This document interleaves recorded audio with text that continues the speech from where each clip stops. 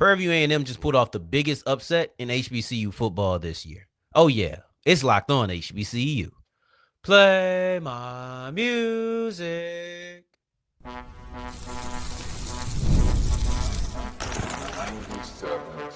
You are Locked On HBCU, your daily podcast covering HBCU sports.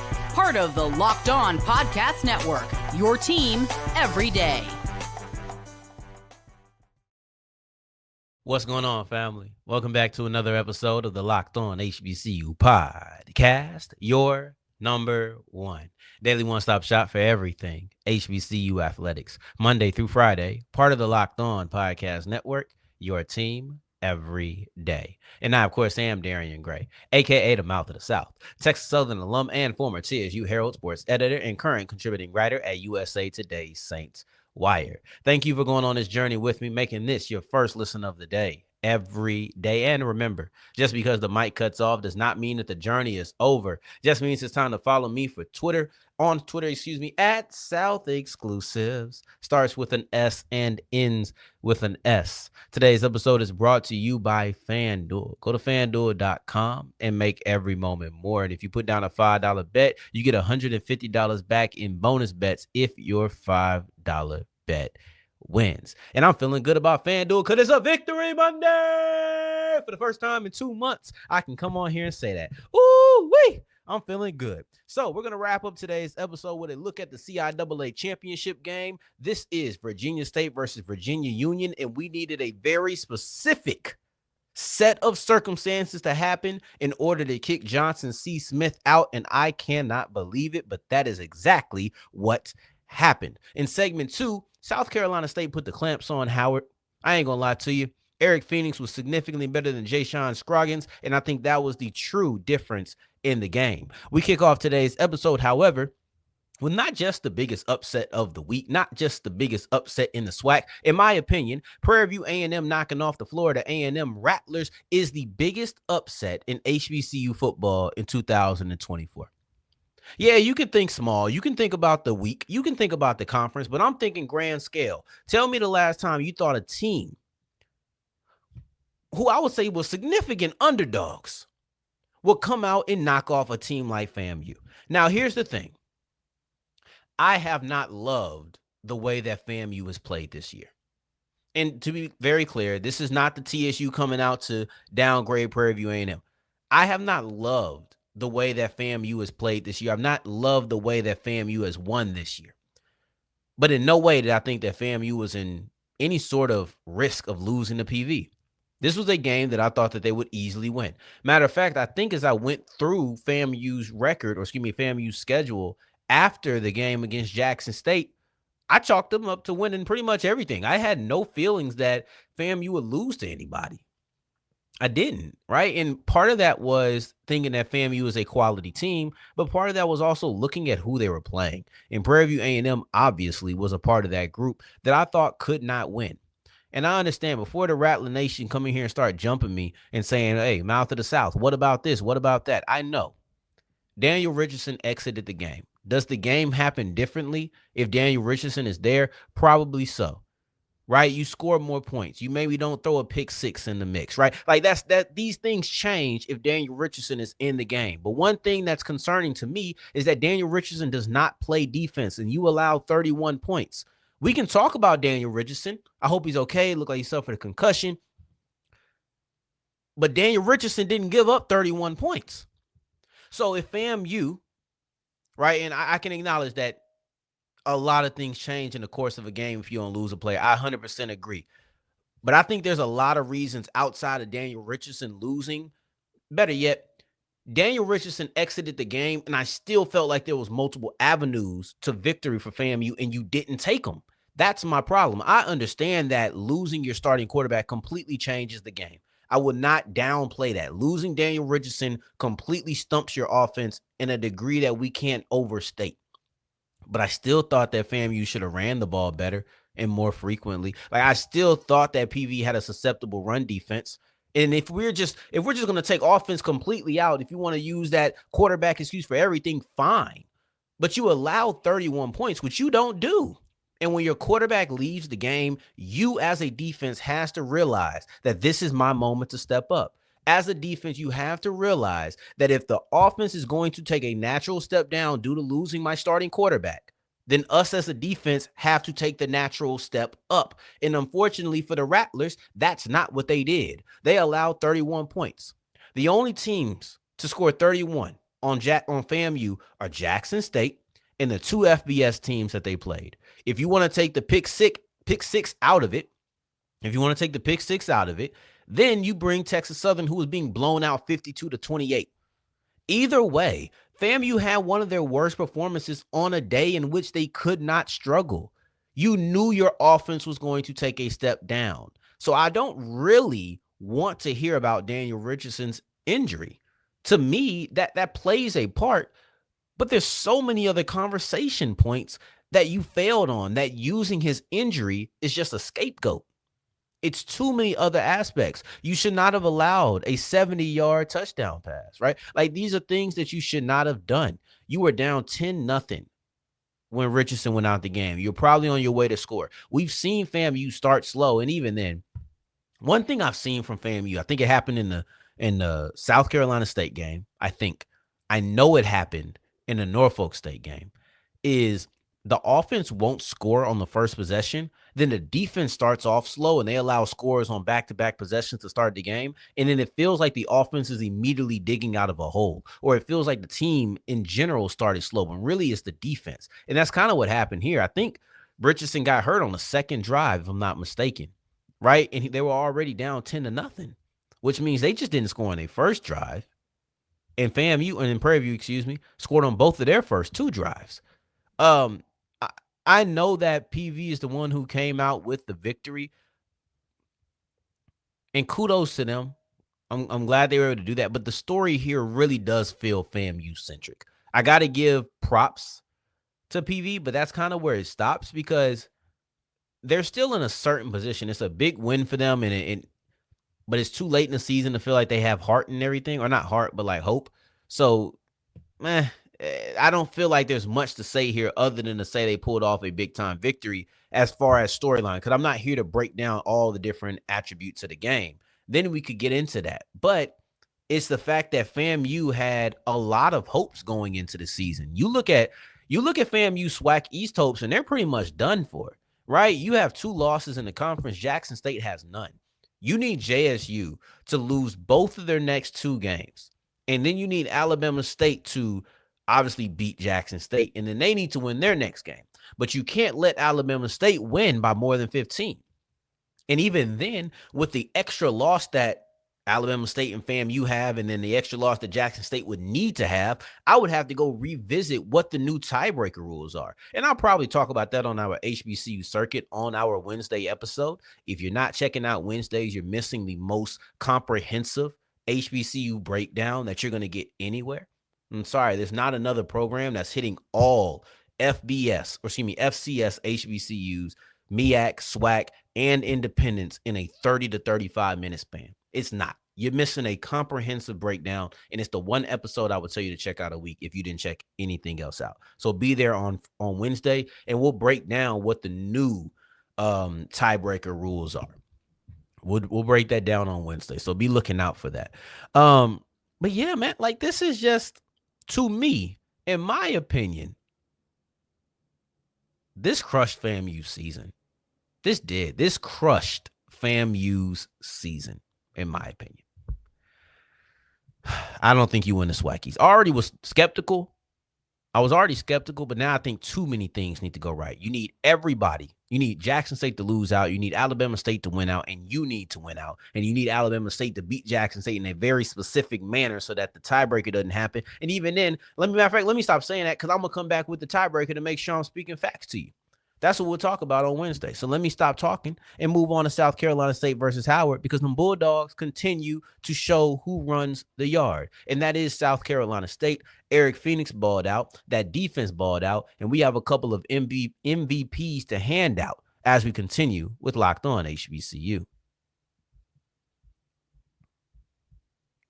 Today's episode is brought to you by FanDuel, and FanDuel is the official sports book of the Locked On Podcast Network. It's Victory Monday. Them New Orleans Saints did it again, and we beat the stinking Dirty Birds. It feels good, man. It feels so good to finally step to you on a Monday with a victory. I haven't done this in 7 weeks. It's been 2 months. And from now on, go to FanDuel and put money down on the Saints. We overreacting. All right, that's how it is when you win your first game in forever. We overreact and put all your money, everything you own on the New Orleans Saints. Okay, that may be a little bit premature, but at least put a $5 bet down. And when that does hit, when that does win, you get $150 back in bonus bets. It's going to feel like a very small thing to do, but it's going to give you very major return on your investment. So you go ahead. You go ahead and you go to FanDuel.com. Take advantage of that if you're new to FanDuel. Get your $150 back in bonus bets. Even if you're not, go to FanDuel.com. That is FanDuel.com to make every moment more. As we continue rolling on today's episode of Locked On HBCU, I appreciate you for making this your first listen of the day every day. For your second listen, you know where I'm sending you. Locked On Saints. My boy Ross Jackson breaks down the 7-game skid that is no longer. I know, a long time, but I've been waiting for this for a long time. So go ahead and check out my boy Ross Jackson. You know I already did it. Now it's your turn. Now, I'm feeling good, y'all. I'm feeling good. South Carolina State's probably feeling better than I am because they didn't stop a skid. They're almost on 7 games in a row at this point. That's what it feels like. They're almost on 7 games in a row with how successful that they've been. And it just continues. We're going to get into Eric Phoenix because I want to talk about a very specific play, and it's something that went through my mind when that play happened. However, we have to start off with a couple of MVPs, and that's Kwantre Harry. Number one, he had himself a game. 2 really nice picks. I think they were both in Howard territory, if I'm not mistaken. That first one, it was just a very bad pass by Ja'Shawn Scroggins. It was very off target, and I felt as if Harry broke on the ball and got there at the right moment because it was a off target pass, but it went into his gut. But it clearly was not where Harry was just sitting. It wasn't as if he threw it straight to the defender. The defender still made a good play on it. But the second interception that Kwantre Harry had, that boy got up. I'm talking about he uplifted. You feel me? Like this was a situation where I thought it was just going to be a high pass. I don't know who he was going to because Harry got vertical and he went ahead and picked it up. Full extension, brought it down. It was an extremely athletic play, and it was one of those ones where it was one of those. I feel like South Carolina State has had a couple of big plays. One was the Eric Phoenix truck stick, and this was another one of them. The other play that he had that was major, not him, but South Carolina State as a team, Jared Washington. Jared Washington had a pick 6 where he had a great timing on the ball. It was an out route that was a little short. He broke on it, took it, and he took it to the house. These were great plays by the South Carolina State Bulldog defensive backs. There's not many people who are playing as good as them. And quite frankly, I need to see Jackson State versus South Carolina State because I think that matchup would be so fascinating. It'd be so fascinating, right? Because let me not get ahead of myself. Let's talk about this game here. Just know I'd be fascinated to watch Irv Mulligan versus the front 7 of South Carolina State. I would like to see how South Carolina State attempts to run the ball, but more specifically the spacing on that receiving core. Oh, my God. Give me that in a Celebration Bowl. But Howard can't win the MEAC anymore. I'm not saying that they're mathematically eliminated. No, they are. They're mathematically eliminated. Yeah, they're done. Howard's out of the MEAC. I'm thinking about it now because they have 2 losses, so they can't lose another game, which would mean they would have to beat North Carolina Central, so that the best they can hope for is a 3-way tie at 2 losses. But South Carolina State beat both of them. South Carolina State beat both of those teams. So a 3-way tie at 2 losses does nothing. Howard's out of it. Howard's MEAC hopes are dashed. Somebody please correct me if I'm wrong on that. Because I don't think that I am. I think mathematically they are eliminated. Not like FAMU where they have a very slim chance. I think Howard has no chance. So both of the previous Celebration Bowl participants are pretty much out of it, in my opinion. But Howard has struggled pretty much all year. So for FAMU, it was like a fall from grace to lose to PV.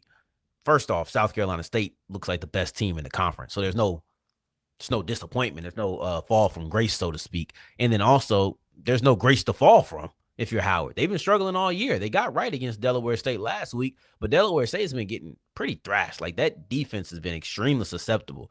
South Carolina State hung 69 on them.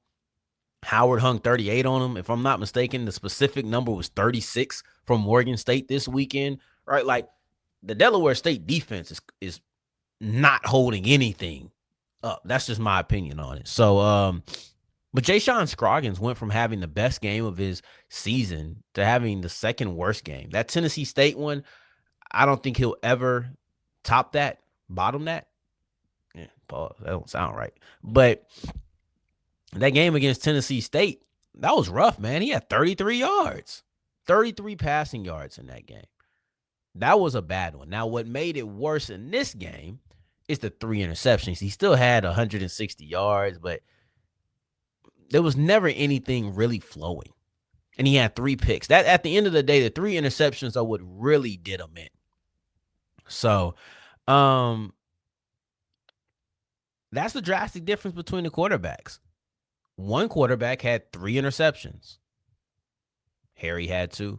Gerard Washington had 1. They even put Tolbert in the game at the end, and he threw a pick. So South Carolina State, they looked at them quarterbacks like buffets. It don't matter. You keep bringing more and more out, and we going to keep feasting. But anyway, one quarterback had 3 interceptions. The other quarterback had 3 touchdowns. I think it's easy to assume, and you know what to say about assuming, but this is the one time it won't make a you-know-what out of you. It's safe to assume that the team with the quarterback with 3 touchdowns came out with the victory, and that's exactly what happened. Eric Phoenix, and I want to bring up a specific play. Eric Phoenix, there was a touchdown, a 63-yard touchdown. And I thought that Howard held as well as they could. But there was a 63-yard touchdown to Ionaj Carter. And the reason I bring that play up is because it felt like the first time that Eric Phoenix took a shot down the field. And it may not have been the first, but it was one of the first, right? One of the first couple deep shots, at least. And what really got me about that, and I was like, oh, he hasn't taken a deep shot. And I know they love to take their chances. This was really intelligent football by Eric Phoenix to march down the field. You got to take what they're giving you. Even opposed to last week versus North Carolina Central, I thought South Carolina State came in with a larger commitment to the running game to start this matchup, right? And that's partially respect for the secondary of Howard. And then respect for the front line of North Carolina Central, right? It's about game planning. You got to think about where we can get you. And we know that Howard secondary, they're pretty solid, right? Like, we know that they have some players in that back end. Well, let's go ahead and hit them with the run. And they were just consistent with it. Something that I asked for out of Howard, and they didn't do that. Eden James and Jared Hunter got 12 carries. Total. Not a piece, 12 total carries for the best running back duo in Black college football. I understand that the game began to get away from him, but I think James had like 2 fourth quarter carries. He had 5 all game. That's unacceptable. I said stay steady. Stay steady with the running game. Instead, you stayed steady with the passing game and had 3 interceptions by Ja'Shawn Scroggins. But I thought, like Howard's defense, they stood up, man. They stood tall because those 2 interceptions by Harry were both in borderline scoring position. Right, they were on the 30-yard line. You get a first down, you're in field goal range automatically. Right, they were in that kind of position. They didn't squander any points on those. They had a turnover on downs. Right, this was a very good performance to start the game by Howard's defense. But eventually, you wear down. Your offense isn't doing anything. They're putting you on the spot. There's only so many times that you can stand tall, especially against an explosive offense that is South Carolina State. You're going to get that 63-yarder over the top. It was a great pass. Great pass. But this was just tough, man. This was tough. As for North Carolina Central, there's been conversation. There's been a slick conversation about, should you have a MEAC championship game? I remember when that was a conversation between Howard and North Carolina Central 2 years ago. the thing about that differentiating game is that Howard was blown out, and then they blew out North Carolina Central. Those games weren't competitive at all. I never wanted to watch North Carolina Central versus Howard for a second time in either of those seasons. This is the first time that I've wanted to watch that game again. I would love to see South Carolina State versus North Carolina Central for a second time. This is the first time if you'll say, hey, man, I wish we had a MEAC championship game. Me too. Me too. Not because I feel like South Carolina State is an illegitimate champion, but just because I'm a fan of football and I want to watch those two teams go at it again. I think that would be wonderful football. As for my Central fans, still hope for Morgan. That's still your best hope. It always was. This Howard game being a victory for the Bison would have helped because then a Morgan State victory would have put you not only in a tiebreaker, it would have put you in the driver's seat. So, like, there's nothing to talk about. Now you got to start looking at tiebreaker rules. But still root for Morgan State. That's your MO now.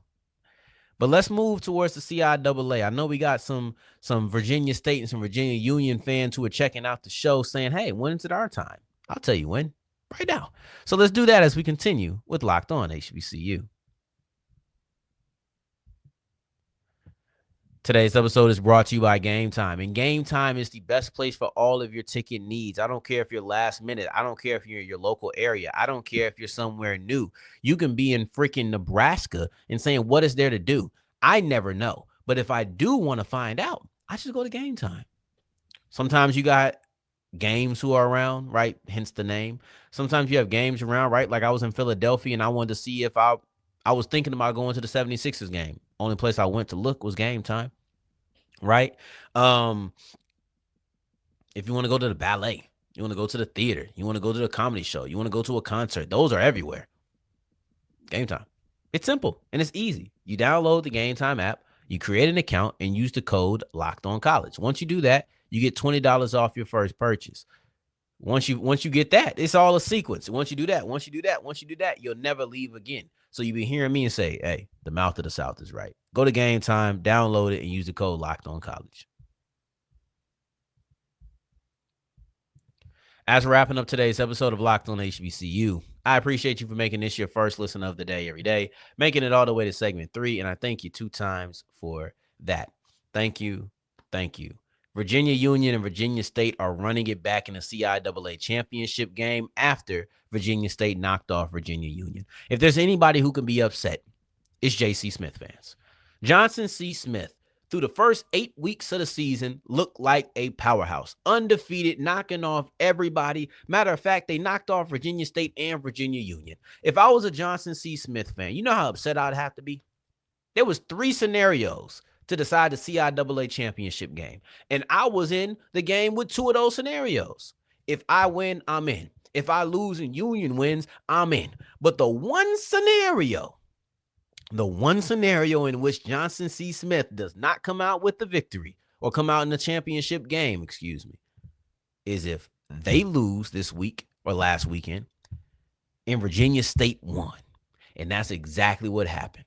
Johnson C. Smith came into the last 2 weeks of the season needing 1 victory. It was the first time in school history that they ever started off 8-0.